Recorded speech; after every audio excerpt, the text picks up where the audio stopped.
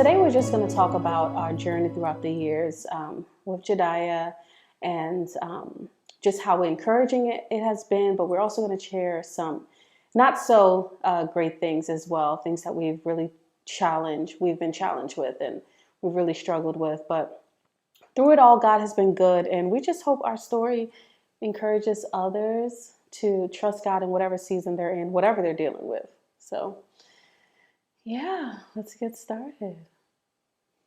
All right. So I think we probably should go back to the beginning, right? To maybe the beginning.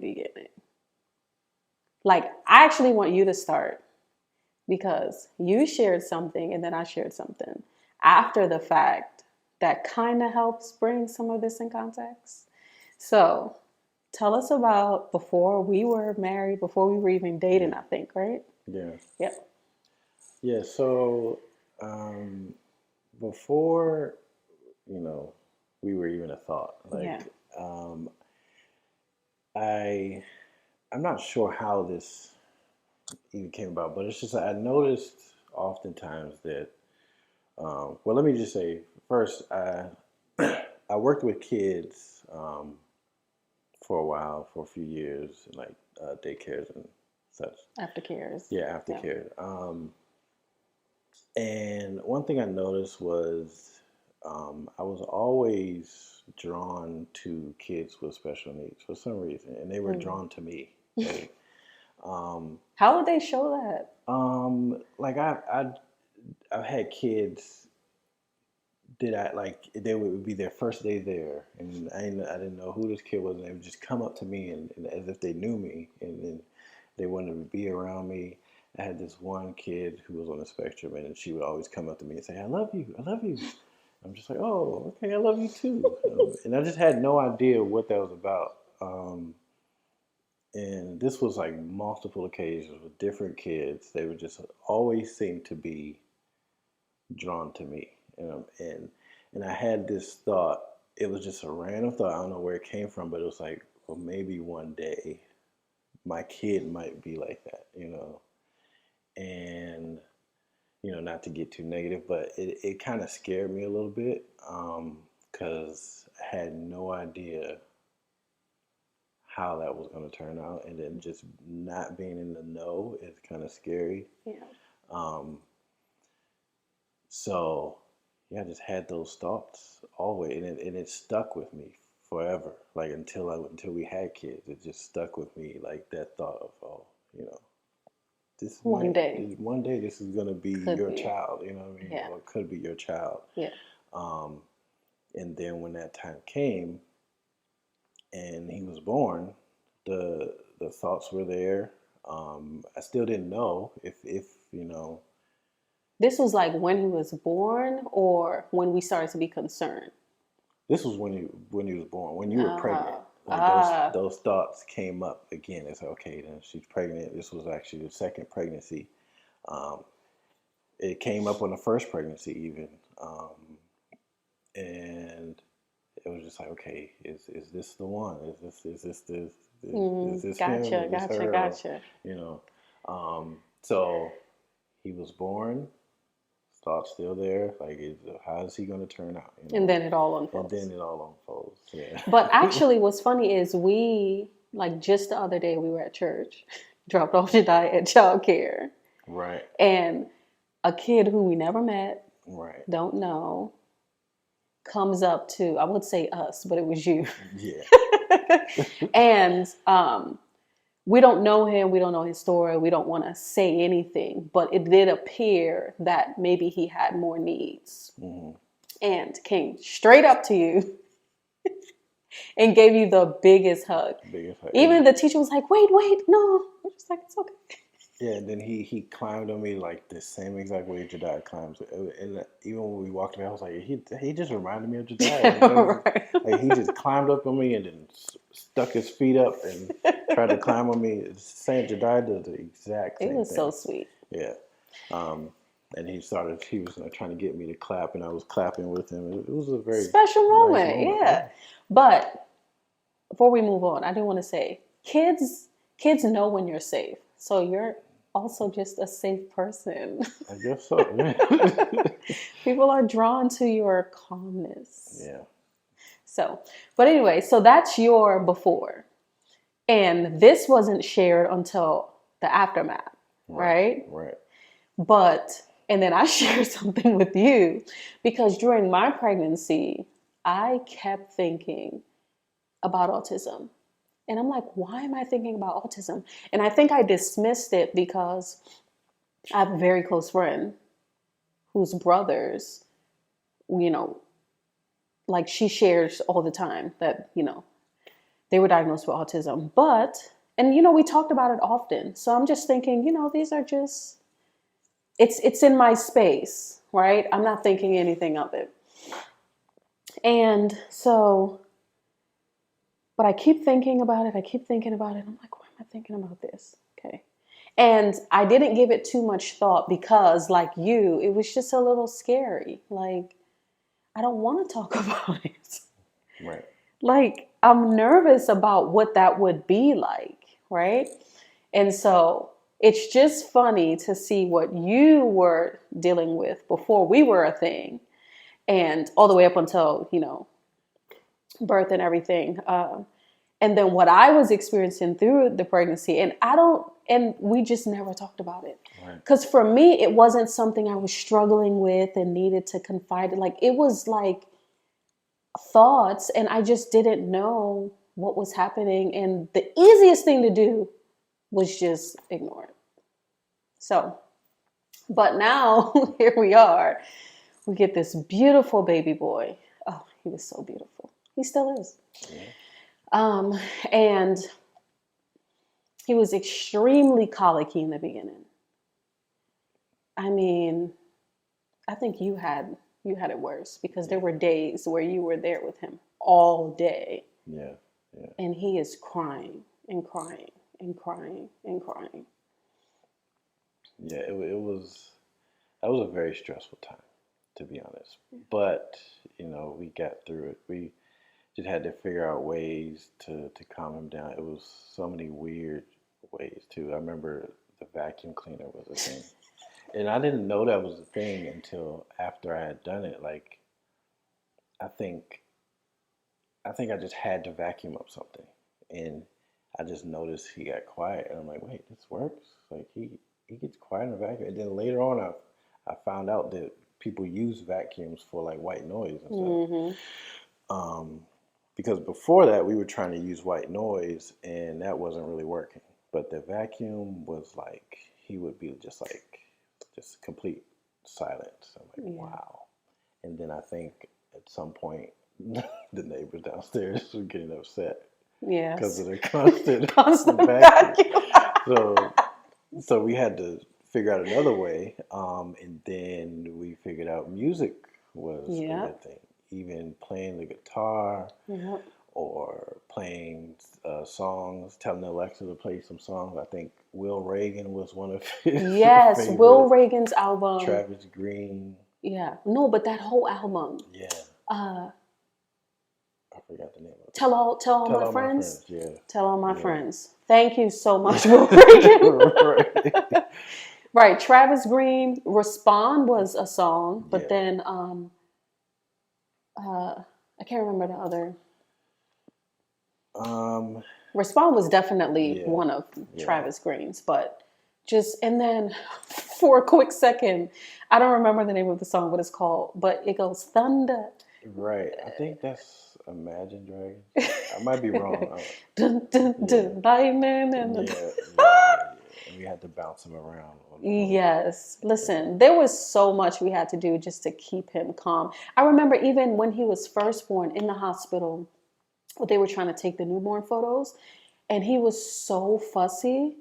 The lady was like, oh, what is wrong? What's going on? What's wrong with him? And I remember thinking the same thing, like, what is the problem? And, this is after you're fed, you're changed, just, all these things. But it was constant. So it's more than, hey, kids just cry sometimes, even when nothing's wrong. No, this was something else. So that was one of the things. And then, like, when we already shared the, like his him seeming to not recognize us. Like, I was a pediatric nurse, okay? So that was pretty big. So I'm around kids all the times. And I had my certification in pediatric nursing. So I knew milestones. He wasn't meeting them.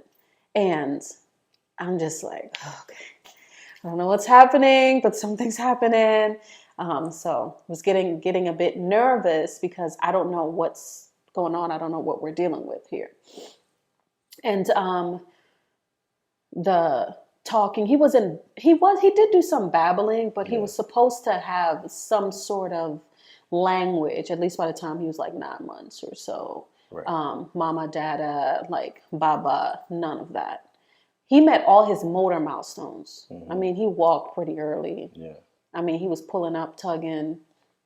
And I remember when it only seemed like music, and like you said, the white noise calmed him down. So that's where screen time started, because it was just like literally nothing is working. Right. And we'll get to screen time later. But I remember he would watch like Elmo, and he would be laughing, and I'm like, okay, he's laughing. That's something. Right. Something's working. He's laughing. So it was like this mind game of, something's not quite, something's is I'm picking up on something here. I'm not sure. And then other moments I'm like, okay, everything's okay, right? It was pretty dreadful, back and forth. And I don't remember how we started thinking about the possibility of autism. I think did we just look it up, or? Yeah, I don't remember the exact day, but I think it was early, like that 2019, like, or even late 2018. Yeah, I was gonna say, I think it was before that. Yeah, and then that's when we brought it up to the pediatrician. Right. Okay. So yeah, so now we're bringing it up to the pediatrician in April of 2019, the week of my birthday. I was pretty sad. I cried probably every day because I'm like, oh my gosh, if they say, they're going to diagnose him with autism, then this is going to be bad, all terrible. I was just a Debbie Downer, quite frankly. But I remember that, like, later that week, like, when it says the Lord is the lifter of your head, I experienced this because I remember I'm sitting in the car and I'm crying, and the Lord's like, what's wrong? Like, it's as if you know the beginning from the end. And I remember I kind of just sat there in silence and under conviction, like, right, I don't know the beginning from the end. So why am I sad? Like, I really had to sit there and dissect, like, what's happening on the inside of me? Like, and really what it was that I assumed the absolute worst, which is what we do out of fear sometimes, right? Mm-hmm. And God was like, I am his God. Like, he's in my hands. And it was so convicting. It was so encouraging. Like, wow, all I have to do is take my mind out of the gutter and place my trust in the Lord. Right. And we all need that reminder sometimes as Christians. Right. And so, and even then we were reminded of his name, the meaning of his name. Jehovah knows. Hand of God. And hand of God. So the hand of God is on Jediah's life, as his name means, and as God has demonstrated throughout these 5 years, right? Right. And so I think later that year in September, Kyrie had just been born. And we were at Kennedy Krieger getting him evaluated. And we already kind of knew what was coming, but it would just kind of at least help solidify what we're dealing with so we can start, figuring out, okay, well, how can we support him, right? So anyways, that's kind of how the beginning was. And then the thing about Jediah is he's just such a fast learner, which is what Yeah. we've noticed, and how God has just used that to help him even develop. Like what would be something that he developed in quicker than we? Math. Math was his first words. like we go back to where he was when he was 2. He we were actually here in Georgia for Thanksgiving, and me and Jediah were up in the room, and he was watching Little Baby Bum, and it was a video where it was like a train, and on the train there was numbers, and they would kind of count the numbers 1, and it would be music 2, and music 3, and I had noticed Jediah kind of saying something. I wasn't really paying attention because I'm used to hearing him like mumble or babble, so it's like when he's saying anything, I'm not really paying attention. But I noticed it was like in rhythm to what the song was doing, and it was like in rhythm with them counting the numbers, and I'm like, wait a minute, what is he saying? And then I listened closely, and he was saying 2, 3, and I'm like, wait, he's counting, and he counted all the way up to 10. I'm like, whoa, wait. And he had So, never spoken yet. never spoken a word. This was the very first time in his life I heard him speaking words, like actual words. So no, this is November 2019. Yeah. So he was about to be 2 in 2 months. Right. And I went and called you. I was like, Jediah's counting. You have to come here. So I replayed the video, and he did it again. He was counting 1, and he was just so excited too. We actually have it on video, I think. And he was just so excited. 1, 2, and I'm like, this man is speaking. Right, speaking and counting. And counting. And that's interesting because I just shared that in April of that year, I'm in Debbie Downer mode about what he's not going to be able to do. May, June, July, August, September, October, November. It's just 7 months later. And God's like, I'm sorry, what you say now? What were you thinking? So it's just good to kind of look at things in that kind of light. Like we create such large emotional responses, and all we have to do is trust God. 7 months is a very short time. And he opened his mouth, and we did not know if he would be able to use words to communicate. Right. Whew. So that's his genius. That's where he get his mathematician skills from. Yeah, because now I don't know a 5-year-old better at math than Jediah. I don't know a 20-year-old or a 35-year-old better than Jediah. Like the way, raise your hand if you can count by 17. You put my hand down. Yeah, yesterday I was cutting his hair, and sometimes Jediah doesn't like to cut it. Sometimes he's okay, but if he has like the phone. But this time he didn't have the device, so I was cutting his hair, and I was just trying to think of ways to kind of keep him occupied while I cut his hair. So I was like, well, let me just see if he'll count with me. So we counted by 2s. We didn't know he can count by 2s, 3s, so the easy numbers. But then we got to 11, counting by 11, and counting by 12, and I'm like, okay, when is he gonna stop and maybe go back to 2? Like he went by 13, and then 14, and then 15, and then 16, and then 17, and then that's when I was just like, okay, I can't help you. Like I don't know if you're saying the right number, but I'm just gonna follow you along. Okay, 17. Okay, 34. Right. I don't even know what's the next after that. What's next after that? I have no idea. I'm not sure. I'm tapped out. Right. So Jediah, you have to ask Jediah, but yeah, he's just so obsessed with math. Like he loves math. He loves counting.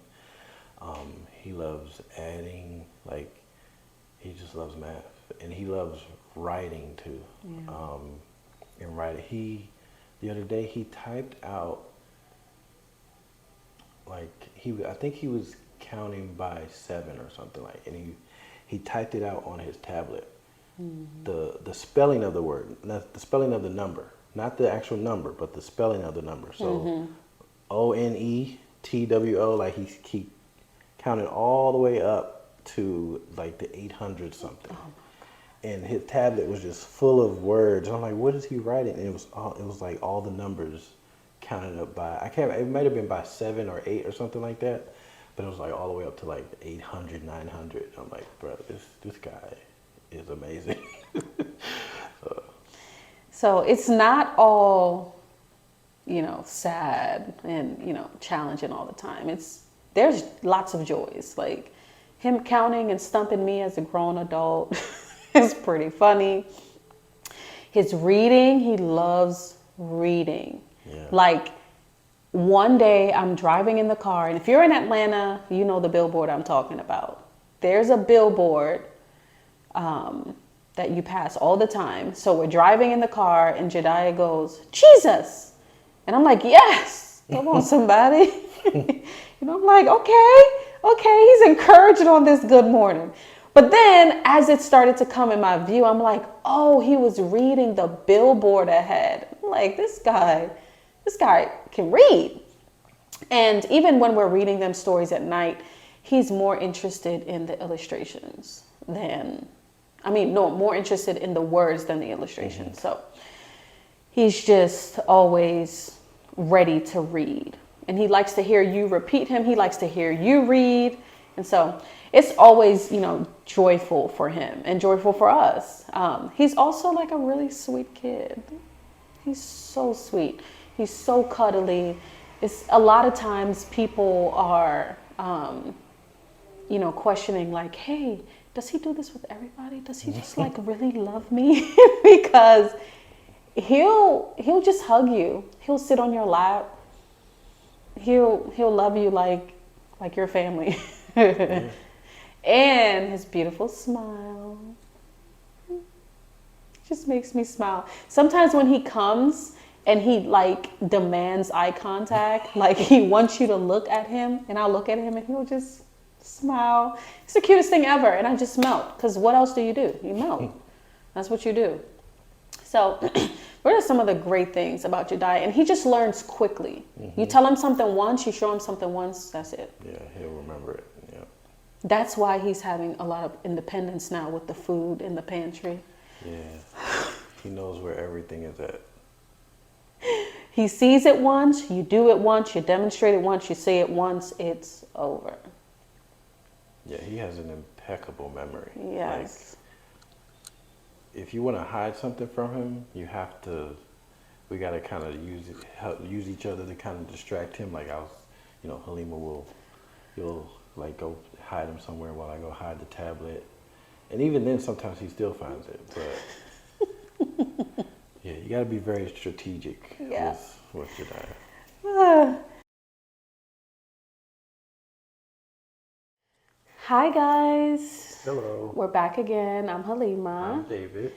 All right, and we just wanted to jump on here to do part 2.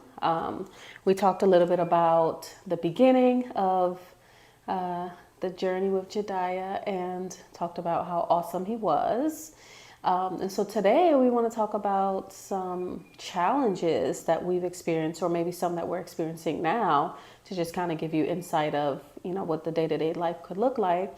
And just want to talk about the outlook, like how we view things now and what we're believing for. And as always, we hope it encourages you. So let's get started. Challenges. There are many. All right, where do we want to start? Let's start with speaking. Because that was a big thing. Communication in the beginning. Yeah. Jediah, for one, we really wasn't sure if he ever was going to speak. Yeah.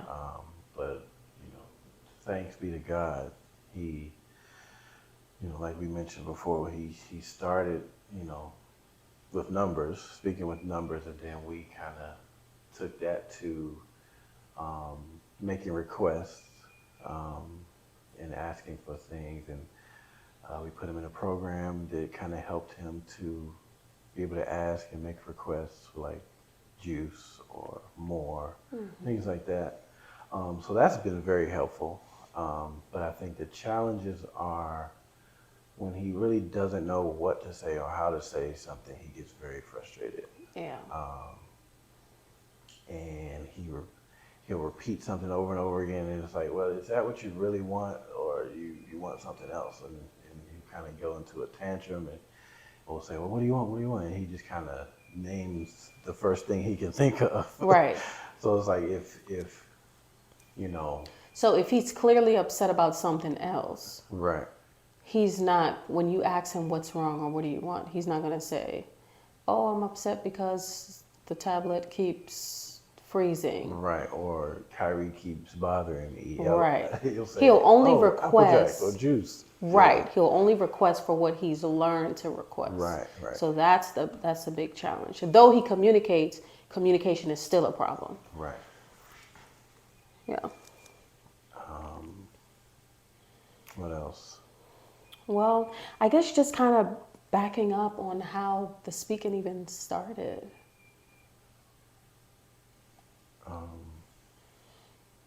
Yeah. So the date is escaping me, but it was back in October 2019, I believe. Yeah. I think We were praying,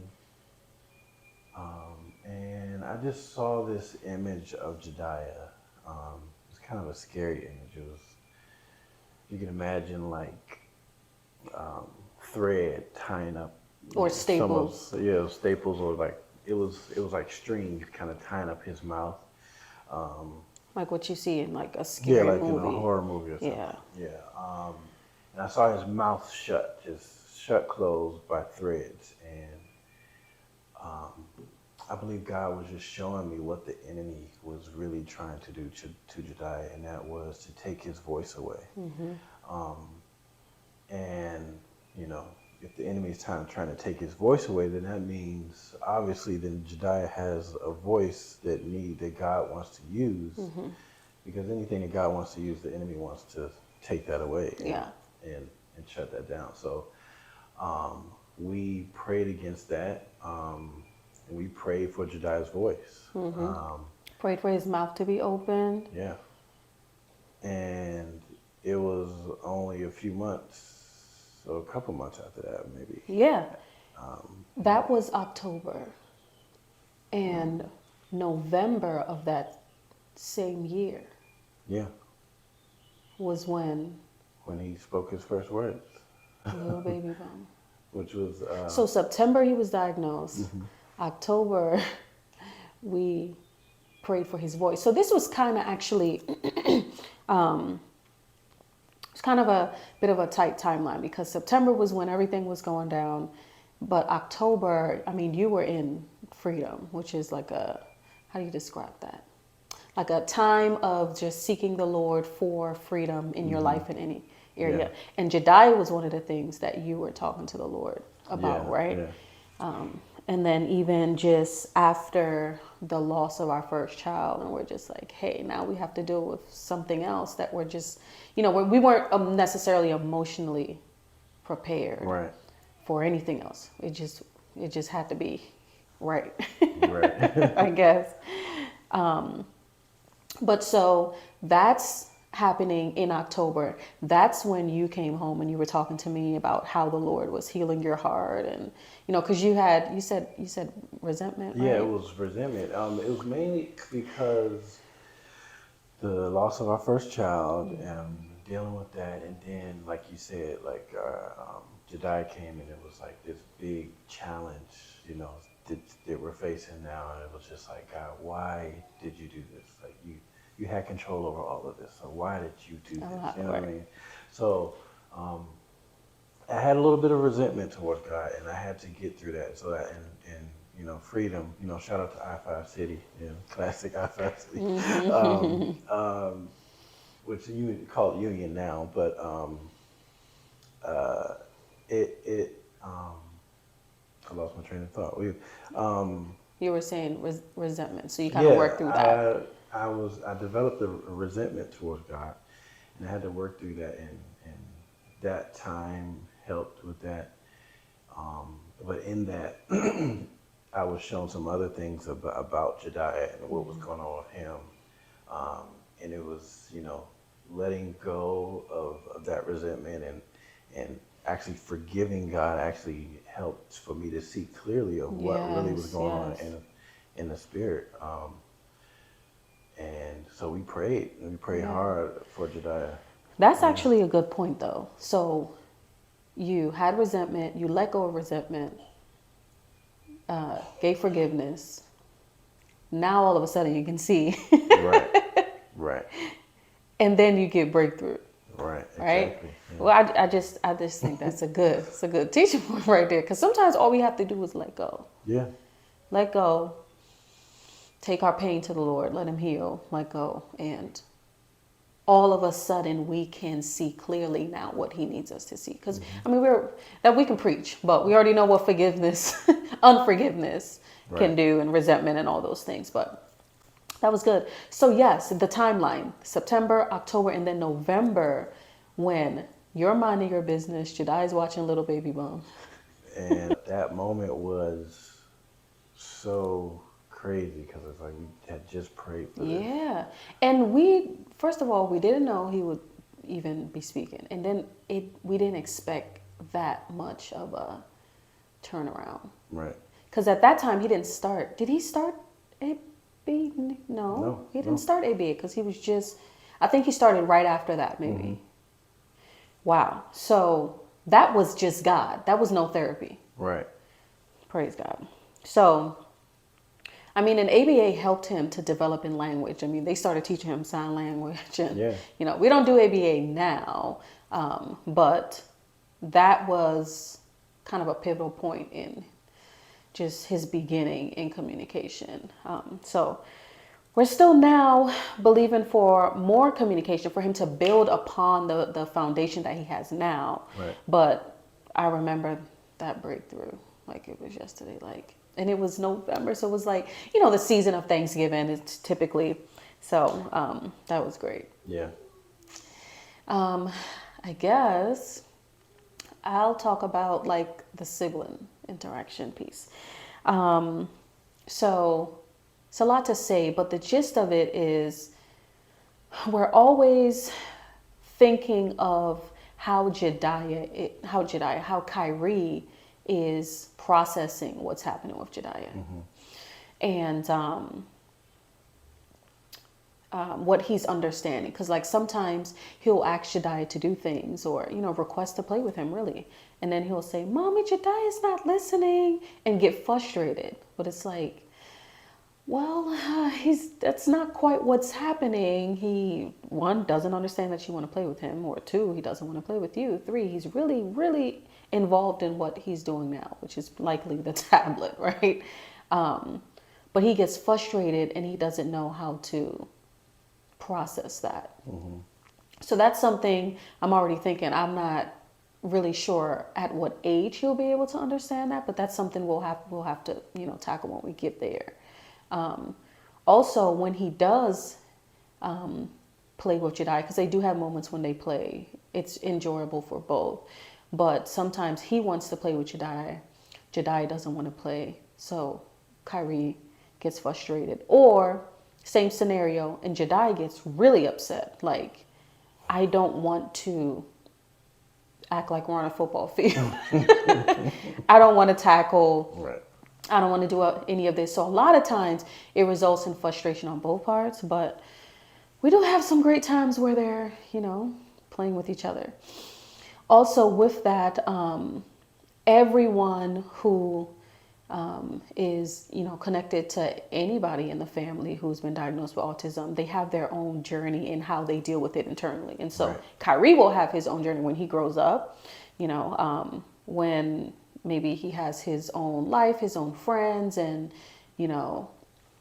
however Jediah appears at that point, what does Kyrie feel? That's why they have support groups for siblings with people who have autism, because it's a journey for everyone, and you know, so I'm always thinking about that. Also, in the way we have to parent them, Right.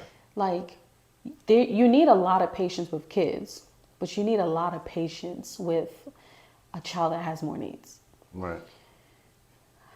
And we're always trying to figure out, okay, well, Kyrie obviously understands a lot more than Jediah right now, but we don't ever want to give the impression that Jediah gets like better treatment or more grace or more patience, and that's hard. Yeah. Yeah. Because if I tell Jediah to do something, I expect to have to repeat myself. And same thing with Kyrie, but that's more so him not wanting to listen. Right. Versus Jediah, it's he may not understand, right? And so if we repeat it multiple times without frustration, but with Kyrie, we repeat it just once, and then the next time we get frustrated, he's just like, oh, well, you didn't do that over here. At some point, he may pick up on a difference, which, you know, we're trying to figure out how to do. So that's a challenge that we don't have an answer to. Right. But I guess right now we're just taking it one day at a time, giving them both patience, both grace, trying to. Yeah. And then also when we're going to like family outings, like we've been to the museum a couple times. No, is it a museum? Yeah. Children's Museum. We've been to a couple of children's. Yes, in Atlanta, Yeah. South Carolina. South Carolina. I think another one or something. And each time, what happened? Well, the Jediah, they just like different things. Yeah. So it's like we have to split up. Yeah, you know? we have to split up. We had to split up each time. Yeah. Right? So it's not necessarily the end of the world, but it's a bit of a challenge because we feel like we can't enjoy things together. Right. So I think the last time we went, I was with Jediah or Kyrie, because Kyrie is he's in his world. Yeah, and he In likes his to element. he likes to go all over. So it's like usually I'm with Jediah, with Kyrie, just because I can keep up. but Yeah, exactly. Yeah. And Jediah needs time Right. to process all of that sensory input. Right, and he will stay in one place the whole time. If Right. it's like a little water thing, he will stay there until you say, okay, let's try this over here. Let's redirect him. But Kyrie is like, oh, what's that over there? Let me go do that. Oh, what's that over? Let me go do this. Oh, what's that over there? Yeah, so it's two different, two different kids. Right, and that's another part of not necessarily, well, I guess it is a bit of a challenge, but another thing that we're being mindful of, which is Kyrie doesn't have to live in Jediah's world. Jediah shouldn't be forced to live in Kyrie's world. How can we meet both of their needs and, still be a family, Right. So sometimes that means splitting up, and then there are some things when we can do together, we do together. But like Jediah, literally, in addition to just staying in one place, like he'll stay there like this, right? Yeah. Because he needs time to figure out what's going on, what he really wants, what's happening. Is it too much, And sometimes you'll see him engaging in the environment, but he's still like this, because it's like it's a bit too much. Right. So I think the last time we went all the way down to the lower level, which was like less sensory and stuff. So things like that can be challenging, because I really wanted all of us to be together, but we just couldn't. We just couldn't do that. But these are all things where working out. And then what would another challenge be? Like feeding. Yeah. Well, not anymore. Not so much. Right. Was. Right. I wish I could say it is a challenge, but we got to put it in there because it was a huge challenge. It was. Tell us about the beginning. So, in the beginning, Jediah just didn't eat much of anything. He started out, in infant stages. He started out with the Gerber, and he went with that all the way up until like toddler, I Yeah. think. Like big toddler. Yeah, big toddler. He was eating Gerber to the point where we just decided to just make our own. And we Yeah. would blend up applesauce and chicken and what else? Okay, before we do that, let's just say it sounds gross, but it was because Gerber actually had a chicken and applesauce Right, right, flavor, and he loved it. right, So we said, okay, well, let's make our own chicken and applesauce. right. So we did that. I think we tried mixing green beans in there or something at some point, or avocado. And he was kind of eating that for a while until he got tired of it. Okay, so, all right, had a little blooper there.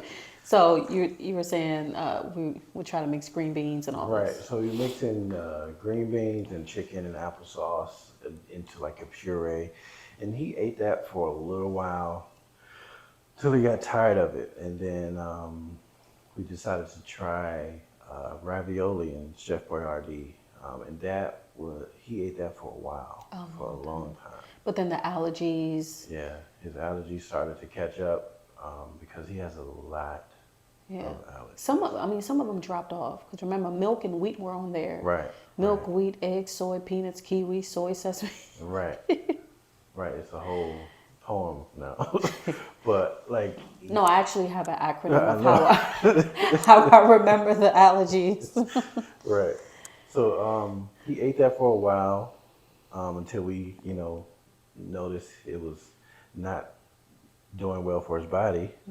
So we had to stop that. Then we went to Cheerios, I believe, and he was on them Cheerios. Like that was his thing. Cheerios, Cheerios, Yeah. Cheerios. You introduce one thing, he really likes it, and he just sticks with it, and he doesn't want anything else. So that's like one of the things. Now, mind you, this whole time he's also eating oatmeal. Like Yeah. so oatmeal is a thing that he's been eating since since I can remember. But He ate pancakes one time. yeah, and I think he nibbled on a pizza one time, and that was it. So it was Cheerios. Then he got tired of Cheerios. We went to Fruit Loops and Apple Jacks. But then we had to kind of like add something else into his nutrition. So we added Pediasure and milk. And so he was on that for a long time, for a couple of years. Then we realized the Pediasure was not doing well for his body because of the soy. And milk, it was milk. And based. milk, yeah. And so he wasn't allergic anymore, but Almond he still milk, he has was a on- yeah. sensitivity. He was drinking almond milk for a while. Oh, yeah. And we realized he was allergic, not just to peanuts, but to all nuts. So we had to stop that. So it's like you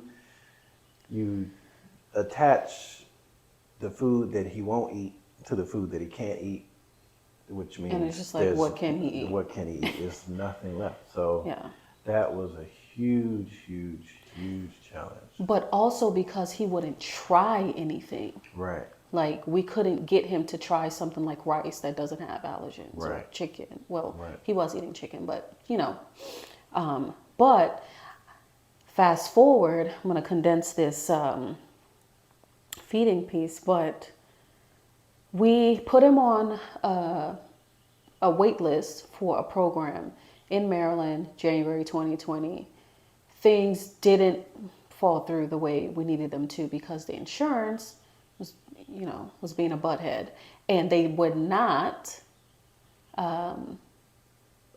qualify Jediah because his weight wasn't necessarily an issue. He looked skinny, but on the growth chart, he was okay. He was managing with that good old oatmeal. Right. And so I couldn't even keep it together on the other end of the line because we had, at this point, I think it had been over a year we had been waiting. And we had already moved to Georgia when they called us, but we said, hey, we'll make a trip back up there for a couple weeks. But it fell through with the insurance, and I cried because I was just like, we've tried everything. Juicing doesn't work. He won't even open his mouth to try anything. Or if we do get him to try something, he's gagging on everything. And it's not a swallowing issue because he's eating everything from puree to crunchy. And so at that point, I remember just lifting my hands like, God, I don't know what else to do. Like, that lady probably was like, oh my gosh, what's wrong with her? But then he was also on the wait list here in Georgia for a program. And so when it happened with Maryland that it was a no, I thought, okay, well, maybe it's a no. Maybe he's going to be a no. So we still had him on a wait list. We said, let's just go through the motions. You never know. So we went through the motions. And at one point in time, I felt God saying, like, I feel like his time is coming up for feeding. Like, his time's coming. Like, that's what I felt like I kept hearing. And I'm just like, I mean, does it even matter? Because we have the same insurance. And then, so that was just kind of like the first inkling. And then when I went to his IEP meeting at school, they mentioned another kid that went through the program or something. And, you know, that was kind of like the second time it was like brought up again. I was just like, oh yeah, the program. And so I'm thinking about it, but I'm just really not as hopeful because the insurance is the same. It's the same program, same process. And then when I get to the car after that meeting, God was like, call them. Mm-hmm. Just call them. And I'm like, okay, I guess I can see how much longer we have to wait. I called them and she goes, oh, we're actually at a point now where we can take him. And I'm so confused and I'm not really excited because I'm like, okay, but we still have to get through the insurance. She was just like, yeah, the insurance already approved it. I said, which insurance? Because we went through this with, you know, Aetna and the other program. And she said, so what they found was that they, what was it? Like they found that a lot of kids were being denied who could actually benefit from the program. So they wrote Aetna basically saying your policy sucks, you should change it. Aetna changes it. And Jediah is one of the first kids through their program who is actually able to benefit from the policy change. And she says all of this on the phone. And then she's just like, oh, normally we can't give you a start date, but, and I forgot what she said, but basically you can just put but God, right? And so then there we have it. And he breezed through the program, right? Like right. They're just like, oh, every milestone. Oh, he's doing great. He's doing great. He's doing great. And I was nervous to even do the program because I thought they were going to be mean and like force feed him. And, you know, you were more calm. It's like, it's going to be okay. And I'm just like, if they think they will be mean to him just to get him to eat, no, da-da-da-da. And it was nothing like that at all. And he just went through the whole program and he came out eating green beans and broccoli and rice and pasta and chicken and hot dog and all the fruits. He eats stuff that I don't like to eat. Like he eats broccoli. You can't get me to eat broccoli. So like what God did through that program was just mind-boggling. Because that was one of the most challenging things with Jediah, is just eating, trying to get him to eat. He was so skinny and just like getting him to gain weight. You know, even though like his weight wasn't like, you know, super concerning. Yeah, it wasn't super abnormal out of his weight class or whatever the the numbers are supposed to be. He just looked like he didn't eat, you know. And just getting him through that program, like watching him sit there and eat pureed green beans and broccoli and strawberries and hot dogs and pasta and rice. And I'm just like, man, this dude is eating. Yeah. And then when they went to the table size, the actual food size, where he's eating, it's not pureed anymore. He's actually eating chunks of green beans. Like, I was just like, what in the world? And he just breezed through it like it was nothing. Like you would never think that he didn't like these foods. And now we're at the point where he loves green beans. Like, he loves chicken. Yeah. He loves hot dogs. Yeah. Like, French fries. Like that was unimaginable. Like, there would be times where like we would be somewhere and, you know, maybe my parents would be like, hey, you think he would like this? I'm like, no, absolutely not. Yeah. Now, you think he would like, oh, yeah, let's try it. Let's see. And he at least tries He would anything. try anything. Yeah. And that was the frustrating part because it's just like, hey, try to give him this. You know, have you tried this and have you tried that? Everybody's asking, have you done this? Just like, yeah, we've kind of done everything under the sun. And that was also like a little bit of frustration and pressure too, because it's just like, you know, we're not just here just sitting. Yeah. But he breezed through that program. And it's just funny how when you let go of things, God works behind the scenes. Yeah. There was nothing else for us to do. We had tried a lot. Yeah. And all of a sudden, I didn't even know his name came up on the wait list at all. And somehow they're fighting. Oh! Somehow God is fighting on our behalf behind the scenes. We have no idea about it. And then boom, an open door. And God had to just say, hey, I opened this door. He did. So we are grateful. And he ate the first home meal together as a family where we're all eating the same thing. It's not like me, you, and Kyrie's eating something and then Jediah's eating cereal. Right. It was rice, green beans. No, rice, black beans, and chicken. Yeah. And he ate it. Whew. So that was a lot. And I mean, still some other challenges, but those were like the big ones. Yeah. But we're so grateful because through this entire time, like we've seen God do great things with Jediah. All the things that I thought would last for a much longer time, you know, and we just take little victory by victory, miracle by miracle. Potty training is a hefty issue right now. 5 and not potty trained. And we've tried a couple things and we've attempted a lot of times and he's still not potty trained. And that will come. Just hold on. We'll do another video and tell you he's potty trained. Yeah. Okay, so now what we want to talk about is just the outlook and kind of how we view things in this journey. And so I'll start. One of the things we're clear about is that he's not shaped by or defined by his diagnosis. Mm-hmm. It's just a part of his testimony. So I know at first I kind of really didn't like the diagnosis and the name and labels and just all these things, mm-hmm. right? And so for us, we feel the freedom to use the diagnosis, like the autism, right? But just know that autism doesn't define who he is, what he'll be, what he'll become, because God does. Mm-hmm. So even if somebody else refers to him as, autistic or spectrum kid or, whatever their language is, just knowing that they're not shaping his life in any way, mm-hmm. right? Like Jediah is in God's hands. And, so we're okay sharing what's happening with him and, what we're dealing with. And we trust God, just like how we've shared a bunch of testimonies just now. We trust God to continue doing that, even in the midst of him being diagnosed. Right.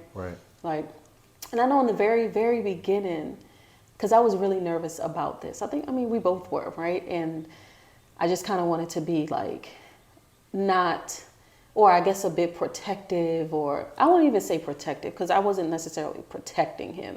I was just not being open about it, because I just wanted to, I don't want anybody to know, like. Mm-hmm. Yeah. And you shared kind of what, Yeah, like, God spoke to me about Jediah early on. And like you said, like we were kind of struggling with this because for me, it wasn't, I can't say I was like embarrassed, but it was mm-hmm. just kind of one of those things that's just personal. And it's like, mm-hmm. okay, do I really want the world to know what he's dealing with? Mm-hmm. Or like, is this something that I want to put out there? Then God clearly spoke to me and said, don't hide him. Mm-hmm. Yeah. So I remember when you said that. when he said that, I was just like, okay.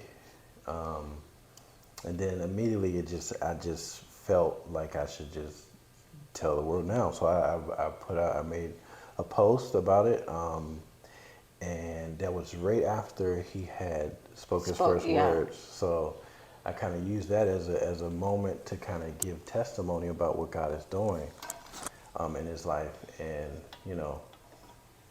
like this is you know, no shade or nothing against anybody that doesn't like to use the word or, just our story. Yeah. But for us, like, we were just like, okay, how can you identify his testimony without knowing the word? You know what I mean? Without saying the word autism.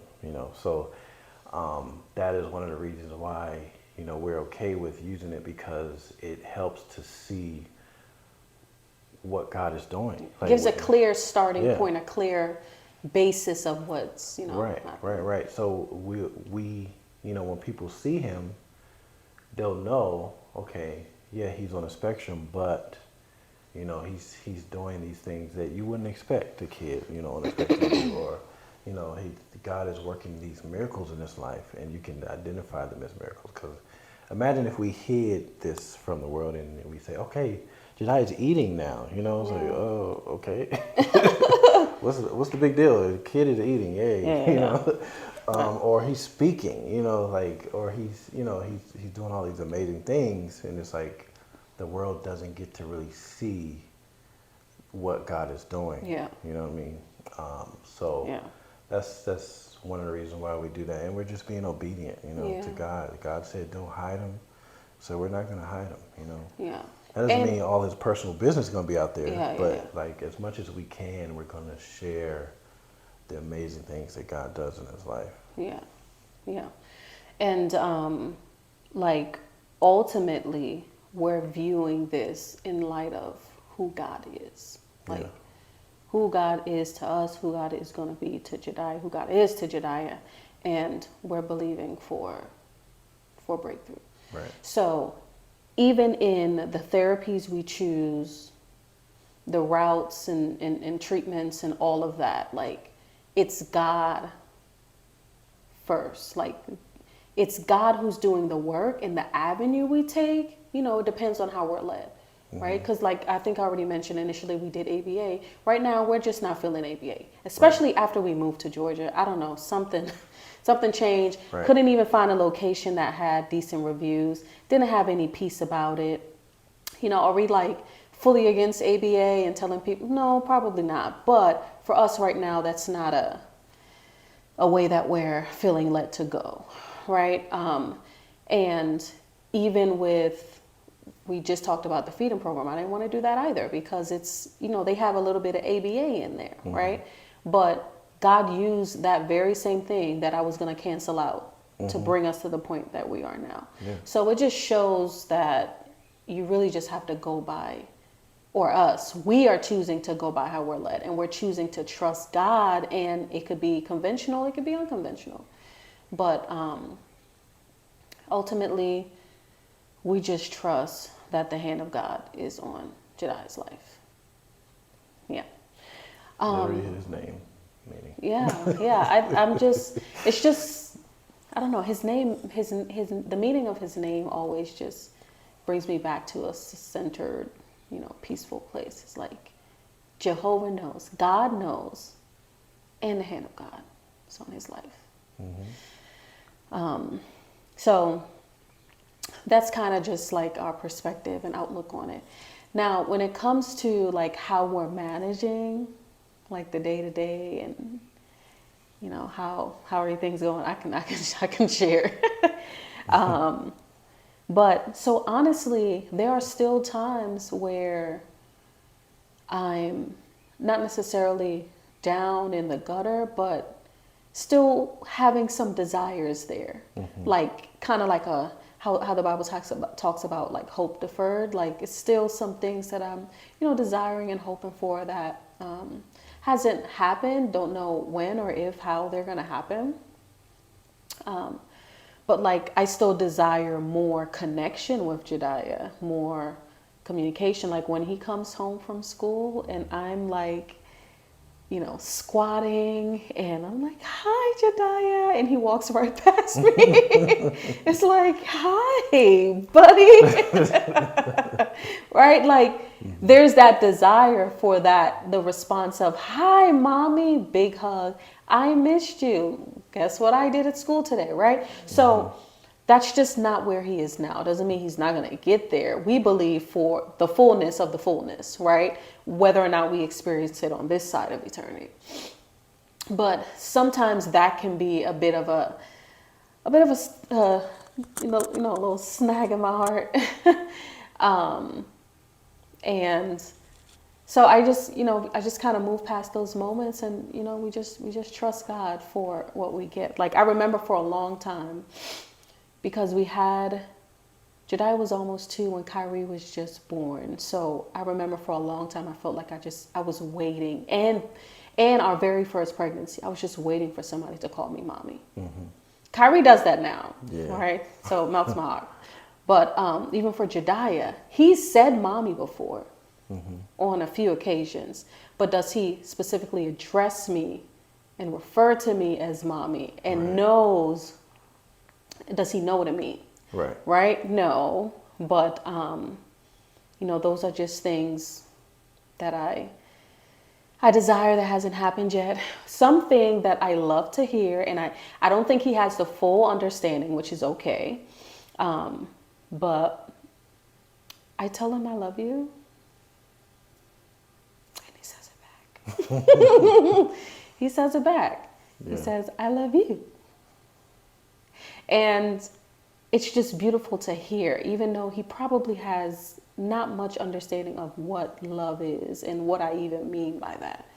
He could just be repeating me. Okay, we'll take it. We'll take anything, right?